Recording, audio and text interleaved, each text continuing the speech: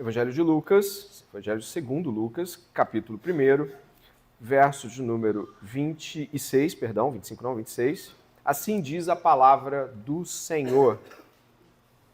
No 6º mês, o anjo Gabriel foi enviado por Deus a uma cidade da Galileia, chamada Nazaré, a uma virgem que estava comprometida a casar com um homem da casa de Davi, cujo nome era José. A virgem se chamava Maria.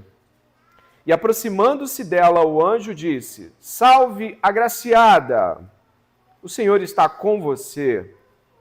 Ela, porém, ao ouvir esta palavra, perturbou-se muito e pôs-se a pensar no que poderia significar esta saudação.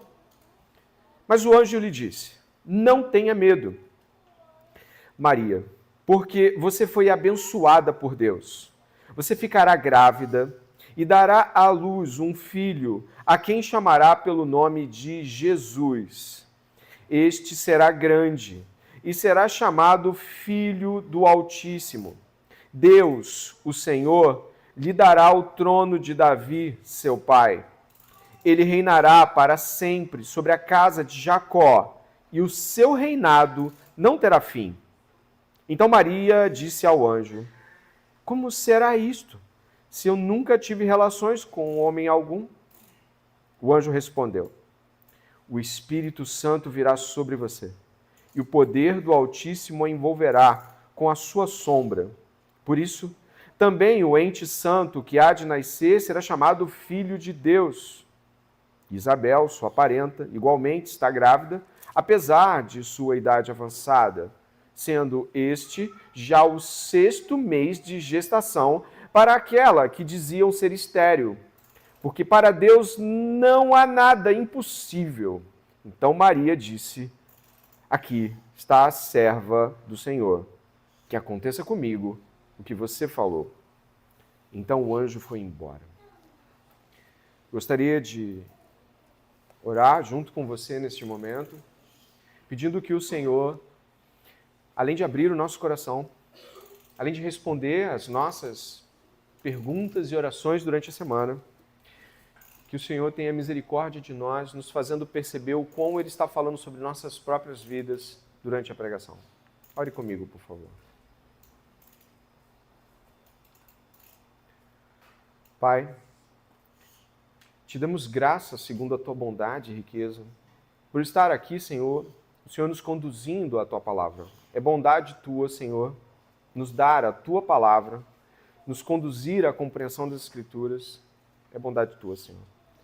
Ajuda-nos nesta noite a ter o coração aberto para Te ouvir, a não criar resistências, a perceber que as orações estão sendo respondidas e também, Deus, a nos tornar perceptíveis quanto aos movimentos que o Espírito Santo está fazendo no meio da pregação. Ajuda-nos, Senhor, a não estar cegos quanto ao que Deus está mostrando. Ajuda-nos, Senhor, a ouvir o Senhor e obedecer, como Maria fez. Em nome de Jesus. Amém.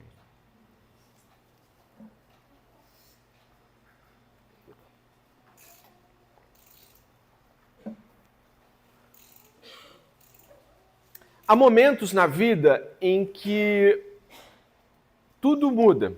Sim, eu, claro, vou usar essa expressão de uma maneira um pouco mais genérica, apenas para te dizer que há momentos na vida que parece que as coisas mudam sem aviso prévio. Há momentos na vida que uma conversa que temos com determinada pessoa muda tudo, muda muita coisa. Há momentos em que uma ligação inesperada de madrugada muda anos na sua vida. É alguém que se foi, é alguém que precisa de ajuda. Às vezes é uma reunião de trabalho rotineira, normal, mas não era tão normal quanto você imaginava. O que ia ser tratado mudou. E as coisas mudam. O encontro casual que se torna decisivo. Eu já vi pessoas que tiveram momentos de encontros casuais, que acabaram conversando com alguém que levou ela a um emprego, a uma abertura, ou então descobriu que tinha um concurso aberto que ela esperava tempo. Há encontros casuais que parecem que que a gente não olha senão por, nossa, como é que isso aconteceu? Sim, há momentos que parece que uma situação, uma mensagem, uma ligação, um encontro muda toda a nossa vida. E aqui para Maria foi assim, numa visita angelical. Eu peço que o texto fique aberto para que você possa ir percebendo isso, mas essa jovem aqui, que estimam ter cerca de 15, 16 anos, 17 talvez no máximo, alguns dizem menos, mas eu vou estar aí, vou falar o número 15 anos, porque de costume a gente tem esta idade para a época dela ali, em relação aos acontecimentos. Essa jovem Maria, numa cidade insignificante no mapa espiritual da Bíblia, sim, você não encontra Nazaré em nenhum cenário de coisa grande acontecendo. Essa jovem simples, num vilarejo de, no máximo, algumas centenas de pessoas, de repente fazendo tarefas domésticas extremamente rotineiras, levar um jarro de água, ou preparar o almoço, ou varrer a casa com algo que todos nós poderíamos estar fazendo. Ela é encontrada por Deus e um anjo aparece para ela. O anjo Gabriel está aí no verso de número 26. Esse anjo Gabriel foi enviado por Deus para lhe apresentar uma notícia muito diferente. Na verdade, eu posso lhe dizer sem nenhuma dúvida que a vida de Maria mudou completamente após este encontro que o anjo Gabriel veio por ela. Mas não foi algo acidental, não foi algo como se nós tivéssemos, nossa, o que aconteceu? Não, nem sei como isso... Não foi algo acaso. Você encontra aqui no verso de número 26 de que esse anjo Gabriel foi enviado por Deus. Logo, tudo mudou da vida de Maria, tem a ver com Deus está indo na direção dela e a história dela vai ser mudada. O que você vai encontrar neste texto bíblico agora, sobre essa jovem Galileia, dessa região tão inóspita e diferente para o mapa espiritual de Israel, e aí eu vou tentar sintetizar aqui usando uma frase do Tim Keller, é de que, você vai chegar aí, Maria, ela não teve escolha sobre se sua vida mudaria. Apenas sobre como ela responderia à mudança. O anjo não veio fazer uma consulta. Ele não veio apresentar opções. Veio fazer um anúncio. É isso que nós encontramos neste momento da história de Maria. Ele não veio perguntar a ela se a vida podia mudar. Ele veio com a mudança. Ele veio com o anúncio. Essa chegada aqui confronta bastante a gente. Porque se você realmente deixar-se afetar pelo texto que envolve a história de Maria, você vai estar se relacionando aqui com algo que fere diretamente nosso senso de autonomia, de escolhas. Diversos momentos do texto vão mexer comigo e com você sobre até que ponto nós estamos realmente escolhendo as coisas, determinando elas, ou mesmo aberto ao que Deus está escolhendo, determinando. Essa nossa geração atual tem uma dificuldade bem grande de se relacionar com é assim que a vida vai ser e ponto. E é claro que ao ler a história de Maria, o que você encontra é isso que vai acontecer. Sem opções, sem escolhas, sem variações. O texto de Maria, então, nos introduz uma tensão cultural. Eu vi um autor de comentários bíblicos falando sobre o fato de que o texto de Maria, ele é um texto tenso para a nossa cultura. Ele coloca a nossa cultura em conflito com o texto. Ele vai dizer que, na nossa cultura, a nossa autonomia individual eu controlo a minha vida. O nosso planejamento de carreira é de que o meu futuro depende das minhas escolhas. E de que o medo inesperado que uma pessoa tem e se Deus pedir para mim algo que eu não quero? Sim, eu já ouvi essa frase. Sim, eu já pensei nessa frase para mim. E se Deus pedir algo que eu não quero fazer? E aí eu preciso com você refletir sobre o tema do sermão, afinal de contas, a gente acabou não falando sobre ele, mas quando Deus interrompe os nossos planos, não deve ser uma consideração vaga em nossas mentes. E aí a pergunta que você pode fazer, de repente você vai fazer uma pergunta, será que você acha, pastor, que Deus vai interromper os meus planos? Eles não são nocivos, eles não são maus. E aí eu preciso mais uma vez lançar a mão de uma frase que sintetize essa realidade aqui para você. A pergunta certa não é se Deus vai interromper seus planos. Ele vai. A pergunta é, você está aberto a descobrir que os planos de Deus são sempre melhores que os seus? Não é sobre se Deus vai mudar as coisas. Deus vai mudar as coisas. A questão é, Maria está recebendo um pacote de grandes mudanças sem perspectiva de não, ou isso talvez dá para passar daqui a um tempo, eu preciso me acertar com o José, a gente vai fazer uma festa tão bonita. Não, a questão não é essa. Deus vai mudar a sua vida. A questão é se você hoje já está aberto a descobrir que os planos dele são melhores do que os seus. Então eu gostaria de considerar neste texto bíblico, que é palavra de Deus para nós, 3 pontos importantes sobre o modo como Deus vai na nossa direção para interromper os nossos planos. E, na verdade, eu poderia ser mais objetivo ao dizer que nós vamos estar diante de pelo menos 3 posições que são muito claras em todos os textos bíblicos sobre como Deus aborda os homens e mulheres durante a Bíblia. 3 coisas que, quando Deus interrompe os nossos planos, Ele faz. E essas 3 coisas vão acontecer aos poucos, eu espero que você fique bem atento. Afinal de contas, isso não é só a história de Maria, é a história de todo o povo de Deus. A primeira coisa que eu gostaria de pensar com você é que Deus muda nossos planos, nos tornando mais vulneráveis. Esse é o primeiro ponto que eu gostaria de colocar aqui diante disso. Eu vou falar umas coisas sobre vulnerabilidade e eu acho que eu preciso fazer talvez aqui um contraponto à vulnerabilidade para você entender. A palavra é segurança. A palavra é segurança. Nós temos cintos de segurança. Fiz uma lista aqui. Airbags, capacetes, almofadas e máscaras faciais. Eu vi um cara se jogando para trás e um airbag para idoso. Você já viu isso? Ele cai assim e aí ele infla. Você já viu isso? O japonês que inventou isso.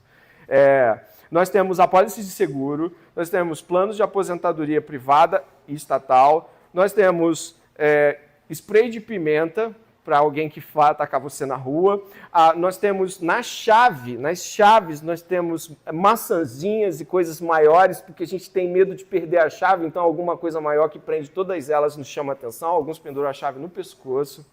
Nós ficamos preocupados hoje, mais do que nunca, com o que nós comemos e de como isso afeta, quanto tempo a gente vai viver e de que modo a gente vai viver.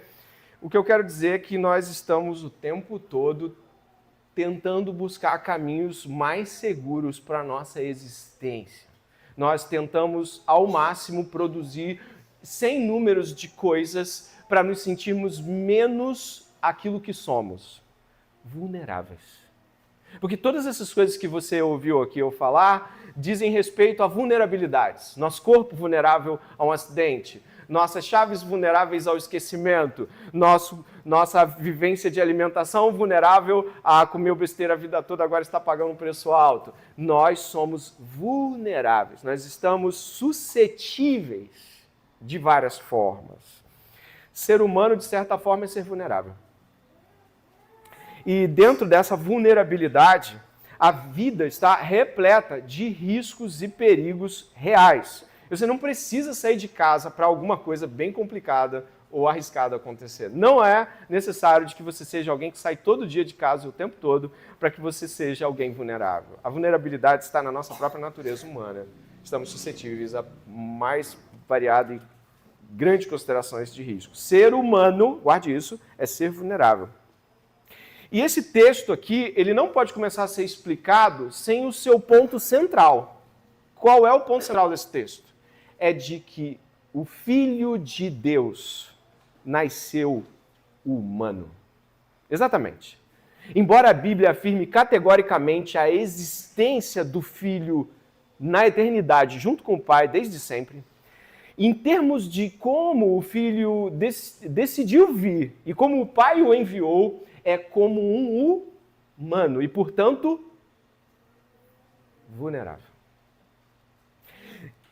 A primeira coisa que nós encontramos aqui dentro dessa realidade é que Deus envia o Filho como humano, com todas as realidades de carne e osso que você e eu temos, e, portanto, com todas as vulnerabilidades que alguém pode passar. É isso que você encontra aqui, quando você lê junto comigo, de que Maria será a mãe do Filho de Deus. Ele é chamado assim Filho de Deus, é o verso de número 35. Eu não espero trabalhar o texto assim, uma linha após outra, eu vou estar trabalhando o texto dentro das conexões necessárias aqui. Então, o verso 35 diz: o Espírito Santo virá sobre você, Maria, e o poder do Altíssimo envolverá com sua sombra, por isso também o ente santo que há de nascer, ou seja, nascimento humano, nascimento real, carne e ossos, no ventre de Maria, será chamado Filho de Deus. O Espírito Santo concebe o Filho de Deus no ventre de Maria e ele nasce humano, portanto, vulnerável.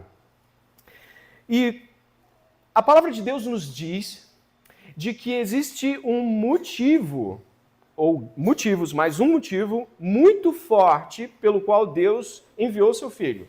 E eu sei que você vai conseguir rapidamente pensar sobre isso. João 3,16 diz que Deus amou o mundo de tal maneira que deu o seu Filho para salvar o mundo. Repare que algumas coisas estão unidas aqui, você não pode perder elas de vista. Deus envia seu Filho e envia por amor. Ele envia para salvar o mundo, para salvar os que creem.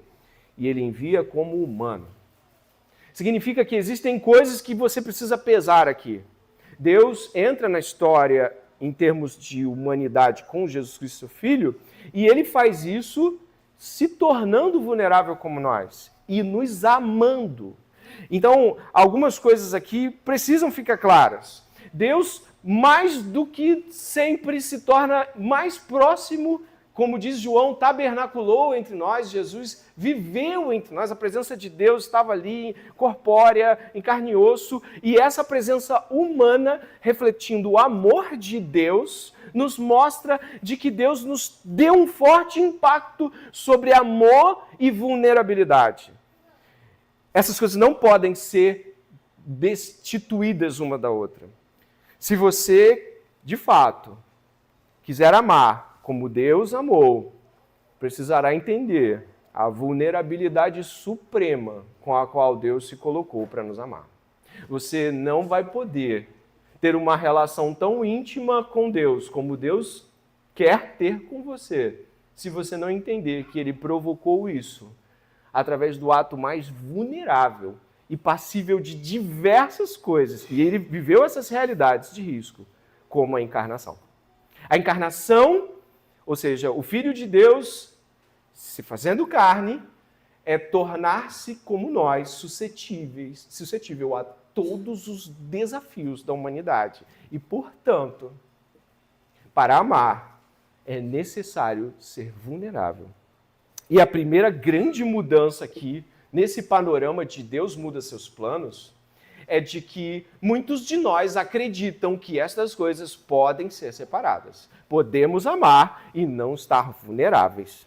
Podemos amar e nos defender o suficiente para não sofrer. Podemos amar, mas até aqui. O que Deus fez foi bem diferente. Ele nos amou e nos amou até o fim, morrendo por nós numa cruz, mas começando nascendo, sendo bebê. E eu lhe pergunto uma coisa. Existia algo mais vulnerável que Deus poderia pensar do que um bebezinho nas mãos de uma pecadora falha? Caso você tenha lido já Lucas, deve ter percebido que Jesus ficou perdido 3 dias. Você já leu essa parte? Você já leu as partes onde Jesus é colocado diante de ataques ferozes de fariseus? Você já leu a parte onde ele é traído por aqueles que ele chamou para estar por perto? Você já leu a parte em que ele é surrado 2 vezes, primeiro no Sinédrio, depois com Pilatos, segundo Pilatos, 2 vezes com Pilatos, depois levado em uma cruz? E isso tudo por amor, e isso tudo porque Deus escolheu amar, vestindo-se de carne como nós, vulnerável como nós. Alguns de nós aqui acreditam, sinceramente, que podem amar, ou podem acreditar que podem amar sem isso, mas isso é impossível. Eu separei aqui, eu mais ou menos escrevi uma ideia de como às vezes nós pensamos, e a gente vai dar alguns passos que vai chegar em Maria também, mas eu queria começar por Jesus. É impossível entrar em um relacionamento íntimo sem se tornar vulnerável. Quando pessoas que dizem assim, quero ter certeza absoluta de que não vou me machucar no casamento, ou quero servir apenas em ministérios da igreja com pessoas em quem posso confiar, ter certeza e confiar, é melhor responder assim, talvez seja melhor esquecer o casamento, as amizades, o servir à igreja e entrar numa sociedade comercial com muitos advogados presentes. Sabe? Preste atenção. Amar é vulnerabilizar-se. E aqui nós temos uma situação muito clara. Maria está ali, e eu vou trazer algumas questões que dispõem Maria aqui, você está diante do texto, cidade é Nazaré, cidade pobre. Ela estava comprometida com o homem, significa que ela aparecer grávida com essa resposta que ela daria para José, ela estava em uma posição em que, segundo o livro de Deuteronômio, ela poderia ser apedrejada porque esse contrato pré-nupcial ele já tinha um peso muito alto, poderia ser considerado uma espécie de adultério, ela poderia ser apedrejada. Então, eu queria que você pudesse perceber que para vivenciar esta realidade que ela vivenciou, ela estaria extremamente vulnerável de todas as garantias humanas que ela poderia ter sobre ela. Maria estava fora de todas as realidades que não fossem a dependência de Deus. A vulnerabilidade de Maria, ela prefigura a vulnerabilidade de Jesus depois. Ela meio que antecede isso, porque a disposição dela em aceitar os riscos e dar, de fato, os passos que precisavam dar diante da fragilidade humana e não do poder humano, mostram claramente de que Maria, de fato, estava em uma posição que claramente nós vemos Jesus estar depois. Tem um pregador, ele é muito famoso, né, que fala que Maria parece que foi a primeira cristã, porque ela ouviu a primeira mensagem sobre salvação, Jesus ser o Redentor, ele fazer todas as coisas e tudo mais, e parece que ela creu de uma maneira como cristãos, né? Mas isso é meio anacrônico, mas na verdade Maria creu contra as possibilidades. Então eu queria que você pudesse pensar aqui neste primeiro ponto central ao texto. Esse primeiro ponto central ao texto. Primeiro ponto central ao texto. Deus envia seu Filho, o Filho encarna, o Filho torna-se humano completamente, como nós humanos, à exceção de ter pecado. Jesus não foi salvaguardado de absolutamente nada, e a Bíblia diz que ele foi tentado em todas as coisas. Então significa que Jesus esteve nas condições mais terríveis possíveis, e logo, para amar, Jesus se tornou vulnerável a todas elas. E esses pontos aqui são importantes para nós, por quê? Porque quando Deus entra na nossa vida para chacoalhar a nossa vida, a primeira coisa que você, ou pelo menos uma das primeiras coisas que você vai poder perceber, é que Deus vai te apontar para amar. Amar a Ele e amar os outros. E amar a Deus e amar as pessoas vai te machucar. Amar a Deus e amar as pessoas vai te colocar em posição de risco. Amar a Deus e amar as pessoas vai te colocar em posições de ferimento, posições de ofensa e todas essas coisas que são comuns ao Deus que envia seu Filho encarnado. Esse é o ponto. Então, a começar, nós precisamos compreender que isso é uma realidade. Mas lembra que eu falei sobre segurança? Falei sobre segurança antes de falar sobre vulnerabilidade. Lembra? É porque quando nós observamos aqui o verso de número 38, como eu disse, eu não vou estar pegando o texto e fazendo ele um passo depois do outro, mas o verso 38 é que diz assim, ó, o Gabriel era um anjo que veio da parte do Senhor para falar o que Deus tinha para ela. Olha como é que ela responde o final. Verso 38.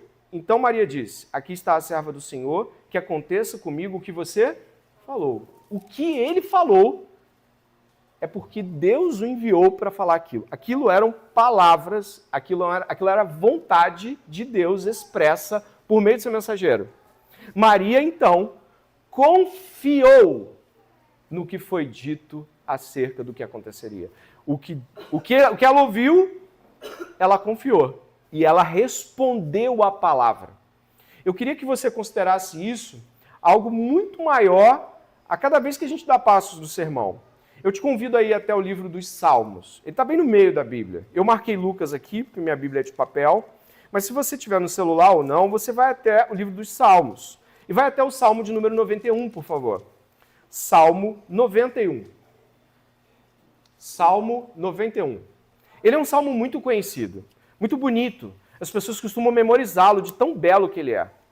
O livro dos Salmos, Salmo 91, fala assim, verso 1. Aquele que habita no esconderijo do Altíssimo e descansa à sombra do Onipotente, diz ao Senhor: Tu és meu refúgio e minha fortaleza, o meu Deus em quem confio. Pois ele livrará você do laço do passarinheiro e da peste perniciosa. E agora eu peço que o verso 4 possa ser lido por todos nós. Ele o cobrirá com suas penas e sob as suas asas você estará seguro. A sua verdade é proteção e escudo. A verdade de Deus é o abrigo onde nos refugiamos. Que seja feito como você falou. Ela então fica debaixo da guarda da palavra que lhe foi posta. E por que isso para nós é importante? Porque nós, quando estamos diante de situações que chacoalham, que mexem com as estruturas dos nossos planos e nos trazem um senso de insegurança, nós podemos começar a tentar fazer a segurança por nós mesmos. Começamos a organizar as coisas para que elas voltem a nos dar segurança, quando a palavra de Deus é clara de que estamos seguros debaixo da verdade. Nós estamos seguros, abrigados pela verdade de Deus. É a verdade que nos dá a segurança. É na verdade que devemos nos guardar. É comum pensarmos ao contrário.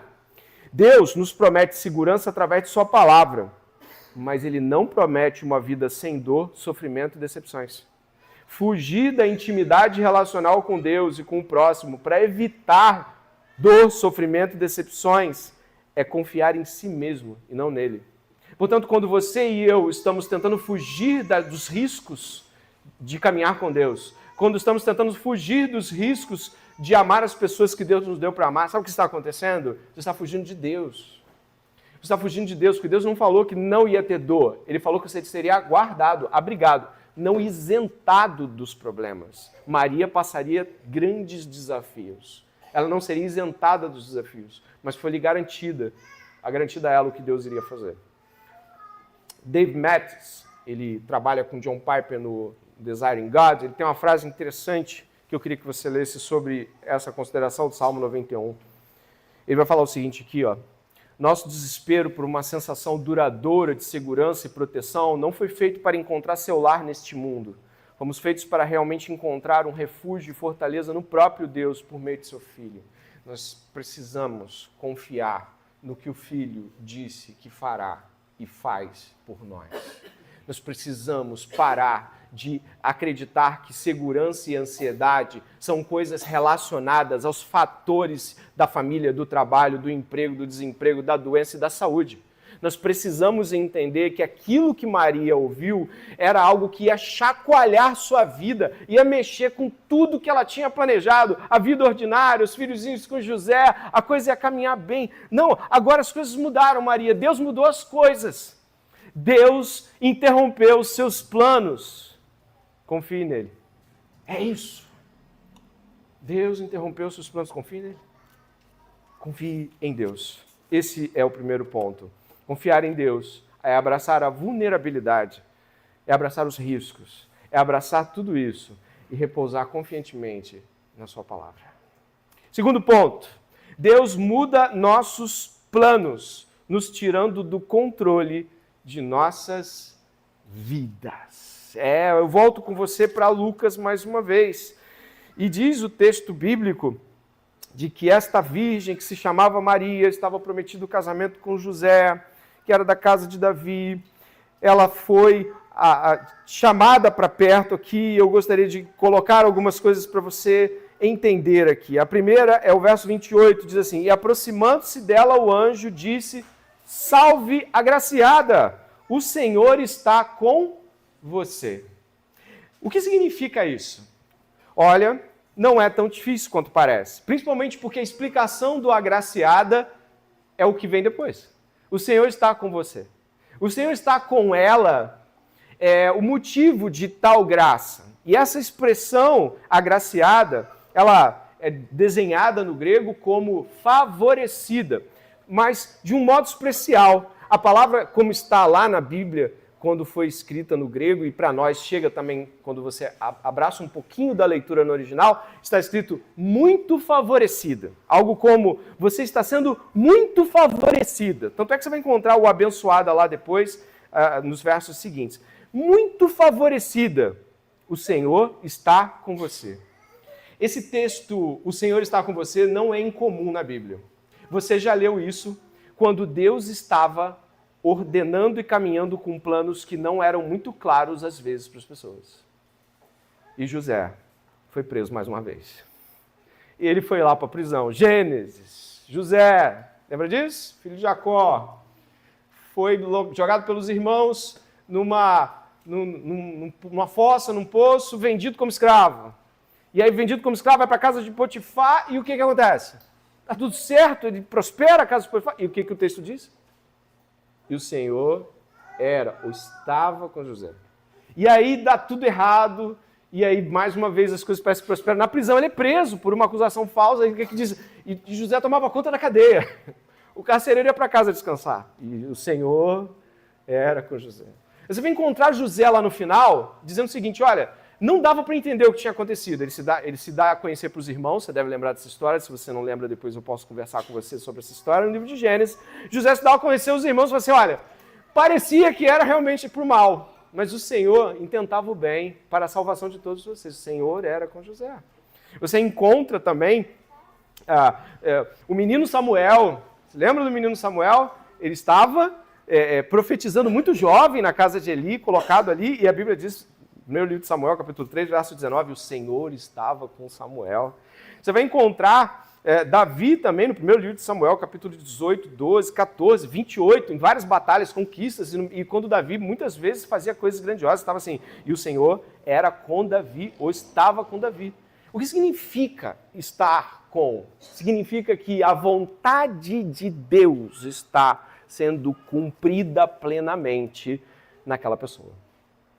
Então, salve agraciada, o Senhor está com você. Salve Maria, Deus tem cumprimentos e vontades maravilhosas para te mostrar aqui. Então, esse ponto é muito importante. A vontade de Deus seria executada na vida de Maria. E por isso, ela é favorecida, ela é agraciada. A gente encontra Paulo falando em Efésios capítulo 5, verso 17, procurem compreender qual é a vontade do Senhor. Até coloquei esses textos aqui, eu acho. Romanos capítulo 12, verso 2, não se amoldem, não se conformem ao padrão deste mundo, mas transformem-se pela renovação da sua mente, para que sejam capazes de experimentar, comprovar a boa, agradável e perfeita vontade de Deus. O que significa isso? Estar debaixo do favor de Deus, é estar cumprindo a vontade de Deus. Quem está vivendo essa plenitude de graça é alguém quem está se alimentando e sendo alimentado e sendo achado em estado de graça. Não é alguém que não está diante de um desafio. Você se lembra como Jesus respondeu para Paulo quando pediu que o espinho fosse retirado? 2 Coríntios capítulo 12. O que ele falou? No fim das contas, Paulo falou, tira de mim esse espinho, tira de mim esse espinho. Deus colocou um espinho nele, Deus não tirou, e ele falou assim, Paulo, o meu favor, a minha graça, basta para você. A vontade de Deus sendo vivida por nós é o ápice da graça em sua realidade experiencial para qualquer um aqui. Logo, sendo assim, quando nós encontramos os personagens bíblicos diante de afirmações dilemáticas, eles dizem, mas seja feita a tua vontade e não a minha. E Jesus fala isso quando está diante de um momento crucial ali em Mateus capítulo 26. Maria disse claramente isso. Repare mais uma vez, Lucas capítulo 1, verso 38, ela vai dizer o seguinte, aqui está a serva do Senhor, que se faça, o que aconteça comigo o que você falou, que a vontade de Deus seja feita na minha vida. Nós vivemos em tempos em que parece que nós podemos escolher tudo. Na verdade, o mundo nos dopa com várias escolhas. Você, às vezes, fica paralisado com a quantidade de escolhas. Você vai na Amazon, você vai escolher uma coisa, tem 10 da mesma coisa. Você nem sabe se você passa mais tempo escolhendo ou comprando. Você ainda fica, não, mas deve ter um preço melhor. Você passa horas, às vezes, para descobrir que você já devia ter comprado na primeira. Você, por exemplo, se está num catálogo de Netflix ou outro stream, cara, você fica ali e às vezes você passa, tem 2.000 filmes, não tem nenhum filme. Porque nós ficamos paralisados muitas vezes com tantas escolhas. E a gente está achando que está escolhendo tudo. Na verdade, quando você fala para alguém aqui, fala assim, ó, é assim que Deus ordena e é assim que você deve viver. É assim que está escrito. Nosso coração parece sentir que isso é um regresso ao tempo medieval. Como assim Deus disse? Como você está dizendo? Nós temos dificuldade hoje de perceber que o controle precisa estar debaixo da vontade de Deus. Mais uma vez citando Tim Keller aqui, eu não tenho como não colocar essa frase que me abalou bastante. Muitos querem um Jesus consultor de vida, que nos dá conselhos úteis quando pedimos, mas o verdadeiro cristianismo é Maria dizendo, tirei as mãos do controle da minha vida. Ela agora está completamente com Deus. Perguntaram num podcast para o pastor batista John Piper, como posso saber, eu não botei isso aqui não, mas eu achei interessante, como posso saber se eu estou realmente fazendo a vontade de Deus em todo o tempo? Primeiro, você está sempre falando para as pessoas que está preocupado de que a vontade de Deus seja feita. O John Piper fala que as pessoas mais piedosas e mais preocupadas que ele encontrou querendo viver a vontade de Deus, elas nos diziam, eu já sei o que fazer, eu sei tudo o que eu tenho que fazer. Elas diziam assim, eu acho que Deus está me pedindo isso, você ora comigo por isso, porque eu quero realmente acertar essa passada, talvez não seja isso, e eu esteja... São pessoas preocupadas se suas escolhas estão debaixo do seu próprio controle. John Piper também fala nesse pequeno podcast que essas pessoas costumam verbalizar o quão a vontade de Deus em toda a trajetória das Escrituras é melhor do que a vontade dela. Interessante isso. Porque às vezes nós até dizemos, né, poxa, que seja da vontade de Deus, mas fica tão esmirrado no meio de tudo que você falou, no meio de tudo aquilo que você queria tanto, mas é quase uma coisa final, né? Seja feita a vontade de Deus, fica assim meio imprensado entre sua vontade e a sua vontade, e a sua vontade, o seu desejo, se acontecer isso vai ser muito bom, vai ser tudo muito bom, mas seja feita a vontade de Deus. É algo tímido, é algo encoado, é algo que não é professado, e nesse podcast em que ele responde uma mulher, o John Piper fala que uma das coisas que precisa ficar claro para a gente é que a Bíblia sempre trabalhou com confissão e ação. Nunca só com confissão e nunca só com ação. Então, pessoas que buscam a vontade de Deus, elas declaram que a vontade de Deus é melhor com a sua boca, mas também com as atitudes que tomam e com a piedade que buscam. E tem um preço para isso. Tem um preço para isso. Como eu disse para vocês, Maria, ela recebe esse agraciada, e esse agraciada de Maria é sobre a vontade de Deus ser cumprida nela. E a vontade de Deus tinha um preço. Como eu disse, vivendo numa cidade pequena, Nazaré, e tendo todos os estigmas que ela poderia ter, inclusive, caso você não saiba, a questão que envolvia uma gravidez fora do casamento, ela era um estigma hereditário. Eu não sei se você já estudou essas coisas, mas N.T. Wright vai falar sobre isso em comentários bíblicos, de que, inclusive, quando uma mulher, por exemplo, tinha um filho fora do casamento, os filhos dessa mulher e os filhos dos filhos dessa mulher eram lembrados. A tua bisavó, lembra que ela teve um filho fora do casamento? Essa estigma, ela passava por famílias, porque eles tinham uma memória genealógica e de impacto familiar muito maior do que a gente. Às vezes a gente não sabe o nome da bisavó. Ele sabia o nome de bisavó, de tataravó, sabe aquela que teve filho fora do casamento? Maria estava lidando com uma série de impactos que iriam durar muitos anos. E não pense que todo mundo que ouvia Maria falar sobre as histórias, dizia assim, que bênção, glória. Imagine depois que Jesus morreu como morreu. Aí mesmo a pessoa falou, você está vendo, isso não podia ser uma coisa boa? Olha como é que morreu aí. Isso é punição de Deus, para tu fez filho fora do casamento? Olha aí, punição de Deus. Então, Maria pagou um alto preço, e quando nós estamos pondo a nossa vida sob o controle de Deus e se abrindo para o controle de Deus, as coisas terão seu preço também. Jovens ou homens e mulheres, independente de ser jovens ou não, que estão fora do casamento, vão estar pagando um preço alto sobre questionamentos até sobre sua sexualidade. Há jovens, há homens e mulheres que por se manterem guardados, esperando por um casamento, às vezes dentro da própria família são alvejados. Alguns dizem que são homossexuais, até eu já ouvi essas coisas. Você ouve coisas, você ouve diversas coisas. Você não gosta de homem não? Você não gosta de mulher não? Por quê? Porque existe um preço que está sendo pago por algo. Escolher um curso financeiro, um curso sem futuro financeiro aprovado socialmente, mas porque Deus te deu essa vocação também, é um custo, porque o cristão ele responde por vocação. Então eu vou fazer teologia. Eu vou falar alguns cursos aqui, eu espero que você não vá para o caminho estigmatizado, porque um deles até toca na minha própria formação. Então, por favor, tenha misericórdia e não venha, por favor, tentar fazer com que isso aqui seja, caramba, olha como ele vê. Não, eu estou dizendo como a sociedade vê. Vou fazer teologia. Você tem 22 anos para fazer teologia? Vou fazer serviço social. Vou fazer licenciatura. Fala isso e fala direito. Fala isso e fala medicina. Você vai enfrentar até mesmo o desprezo de colegas na faculdade. O cara de medicina vai olhar para o cara de assistência social, vai licenciatura, e falar assim, é o pessoal ali do... Questionamentos de, vai viver do quê? De vocação?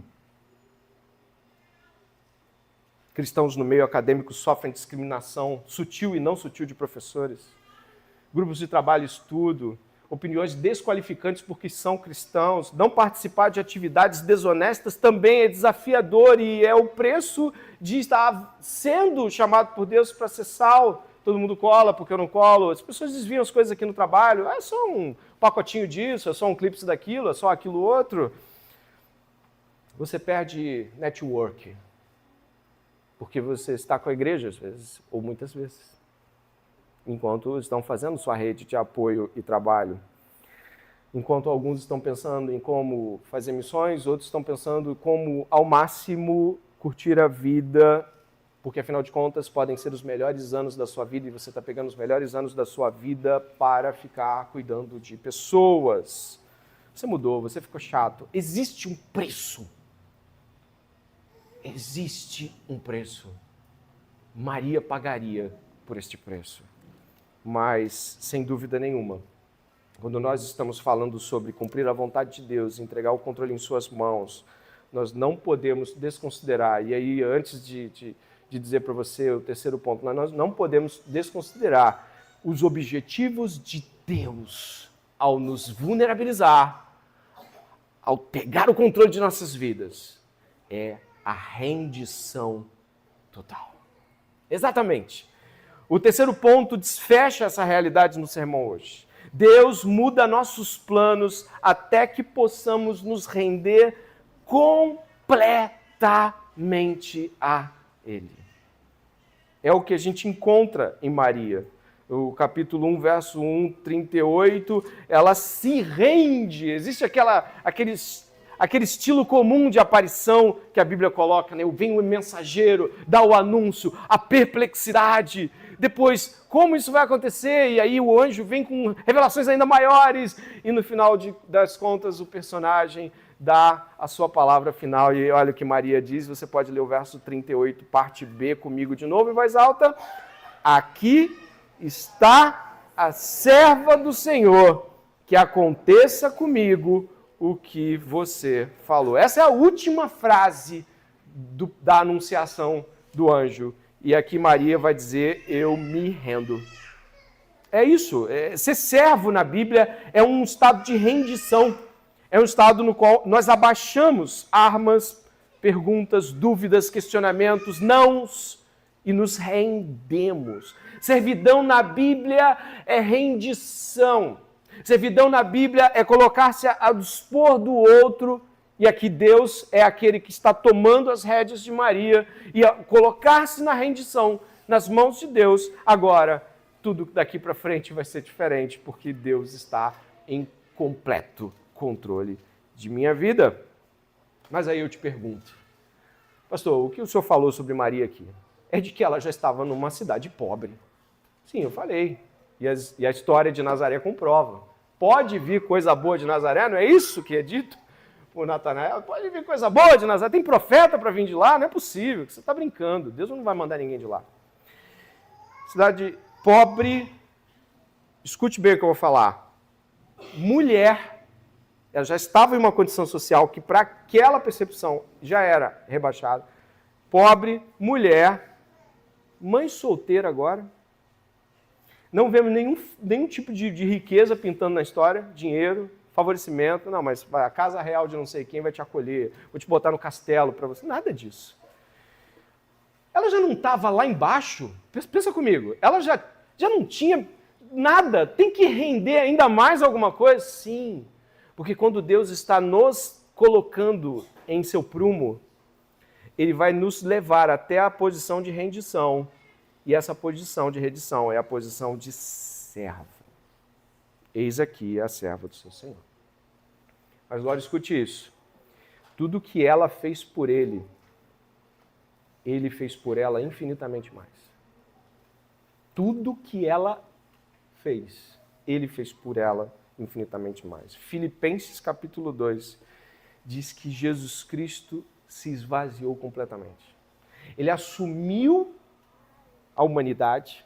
Na humanidade, Ele assumiu a servidão e na servidão foi lançado na cruz por obediência a Deus. Ele desceu todas as posições, ele foi para mais baixo ainda do que qualquer coisa que Maria estivesse vivendo. Jesus Cristo foi para o fundo de tudo que alguém pode ser de pior no seu tempo.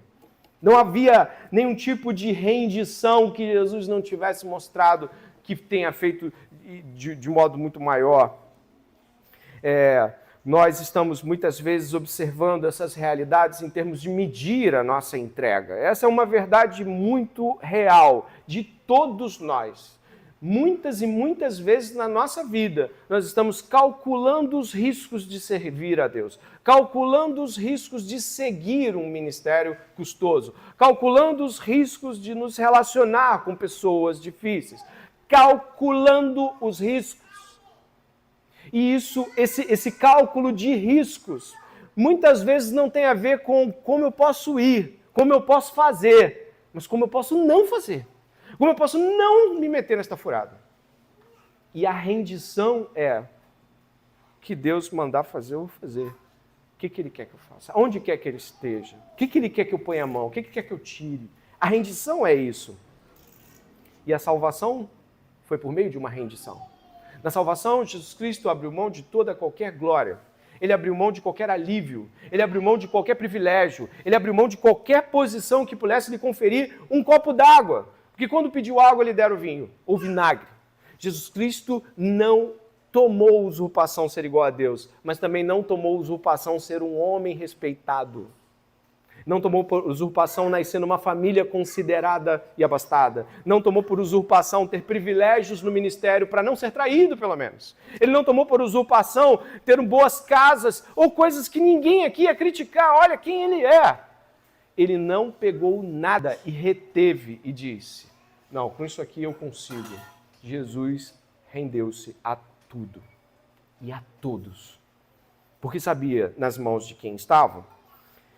E o ponto final que eu gostaria de refletir com os irmãos aqui, ele se encontra em Lucas 1, precisamente no meio do anúncio, e eu gostaria que você pudesse ir lá comigo. O anjo diz no verso 30 para Maria não ter medo. Ele diz: não tenha medo, Maria, porque você foi abençoada por Deus. Eu vou repetir essa expressão, é o trecho final do sermão, eu preciso repetir isso. Você foi abençoada por Deus. A gente falou de um monte de coisas que ela passaria, e ela foi abençoada por Deus. É assim que Deus classifica toda a intervenção na vida de Maria e todas as mudanças que ela viveria. Abençoada por Deus. Você ficará grávida e dará à luz um filho, a quem chamará pelo nome de Jesus. Este será grande, será chamado Filho do Altíssimo. Deus, o Senhor, lhe dará o trono de Davi, seu pai. Ele reinará para sempre sobre a casa de Jacó, e o seu reinado não terá fim. Preste atenção.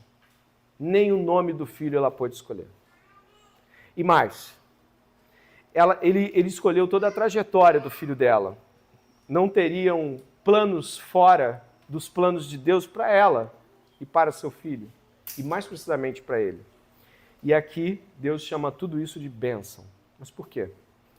Porque se você comparar o que está sendo dito, trono da casa de Davi, filho do Altíssimo, descendente dos patriarcas, Jacó, se você olhar para tudo isso, isso é tudo maior do que Maria. Maria foi aqui exposta a uma grandeza que superava seus sofrimentos. Maria foi exposta a algo que a todos os centenas de israelitas esperavam há centenas de anos. Eles esperavam de que este que estava sendo prometido para estar no ventre dela seria o grande libertador. E ela ouviu outras grandes coisas lá de Simeão, de Ana, lá quando foi levar Jesus no templo. Então, Maria está sendo impactada. Aqui, ó, você está sendo chamada para participar de algo que é maior do que os problemas que irá enfrentar. Você está sendo chamada para estar ligada a uma história que é muito maior do que a sua história. Você está sendo chamada, exposta a estar intimamente ligada à trajetória daquele que vai mudar a história do seu povo. Maria é chamada a tomar parte de uma grandeza muito maior do que seus grandes desafios posteriores. Como classificar os sofrimentos de Maria grandes depois de todo esse chamamento? Como dizer que, nossa, eu vou ser chamada de mãe solteira, e filha do Altíssimo. O filho do Altíssimo vai nascer na sua barriga. Mas não tem, ela não consegue fazer uma comparação dos problemas com as bênçãos. E porque muitas vezes nós, eu e você, retemos nossas mãos para viver a vontade de Deus de modo grandioso e entregue. Porque olhamos para as coisas que Deus está colocando diante de nós como pequenas. Nós não parecemos, eu falei com uma irmã essa semana, tivemos uma conversa sobre isso, nós não parecemos que estamos servindo o Rei do Universo. Nós não parecemos que estamos aqui pregando uma mensagem que não terá fim. Essa mensagem, ela ecoa de tal modo que o céu ouve o que se prega na terra, os anjos estavam querendo fazer esses anúncios sobre a mensagem do Evangelho. A Bíblia nos coloca em uma posição como aqueles que estão anunciando um rei. E nós retemos nossas vidinhas e nossos problemas porque não vemos o chamado cristão como grande. E o que acontece é que tudo ao redor é grande demais e engole nosso ímpeto missional, engole o nosso coração tão carente e cheio de necessidades humanas que são plenamente preenchidas pelas circunstâncias da vida. Nós estamos sempre, parece que olhando para essas coisas, mas não percebemos que temos uma grande fome por glória e grandeza, e essa fome por glória e grandeza não é a nossa glória e grandeza, mas está envolvido com a glória e a grandeza dele. Romanos capítulo 3, verso 23 diz o quê? Que todos pecaram e foram afastados da glória de Deus. Mas aí eu acho que eu coloquei uma frase para refletir sobre isso. Todos pecamos e fomos destituídos da glória de Deus. Portanto, ao participar do que Deus está fazendo em Cristo, no poder do Espírito, somos plenamente satisfeitos nele. Se você de fato acredita que o que está sendo pregado aqui é sobre o Rei do Universo, Você não pode dizer que não conseguiu falar disso para as outras pessoas, porque isso não é verdadeiro. Você não precisaria de que alguém te perguntasse sobre o Evangelho para que ele fosse dito. Escute isso. No meu trabalho não dá espaço, no fulano não dá espaço, onde eu faço não dá espaço. Não precisamos de espaço doado. O Deus do universo enviou seu Filho e o mundo não estava de braços abertos para esperar a verdade como ela veio. Ele veio. Nós estamos mesmo falando de tal grandeza? Creio que sim, mas nos comportamos como portadores de tal grandeza, como aqueles que de fato anunciam o Rei do Universo? Talvez muitas vezes não. E é claro, a gente precisa entender nesse texto de Maria aqui, de que nós não somos os arquitetos do nosso destino, esse mito de autodeterminação, sabe? Nós controlamos nossa vida, e nada disso. Maria reconhece a vontade de Deus e encontra paz nela. Nós também, às vezes, estamos tão cheios de ansiedades e tudo mais, e por que está com tanta ansiedade? Só uma coisa te basta. Serve a Deus, entrega o seu coração a Ele, pede a vontade dEle em todas as coisas, se coloca diante do Senhor e faz a vontade. Às vezes não estamos fazendo a vontade simples de Deus, de anunciar o Evangelho, de viver santamente. Estamos nos preocupando com todas as coisas ao redor. Talvez você tenha planejado os próximos 5 anos da sua vida profissional. Talvez você esteja tão focado nisso que não consegue imaginar que Deus pode parar a qualquer momento e dizer: estou te enviando para um campo de missionários. Você pode achar isso um grande insulto na sua vida. Afinal de contas, você estudou para tanta coisa, né? E agora você vai ser um missionário. Isso é falta de percepção de grandeza.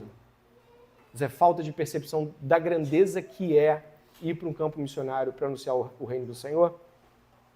Talvez você seja um pai ou uma mãe muito controlador e você já está pensando nos próximos anos do seu filho e da sua filha, mas nunca almejando de que ele ou ela seja um instrumento de Deus cheio do poder do Espírito Santo. Você já botou em inglês, como diz uma música aí do Marco Teles, já botou em inglês o Enem e todas as outras coisas, e você não está pensando necessariamente de que ele seja como diziam, né, sobre John Wesley, uma tocha, um tição tirado do fogo. Então você não consegue ver que essas coisas são grandes.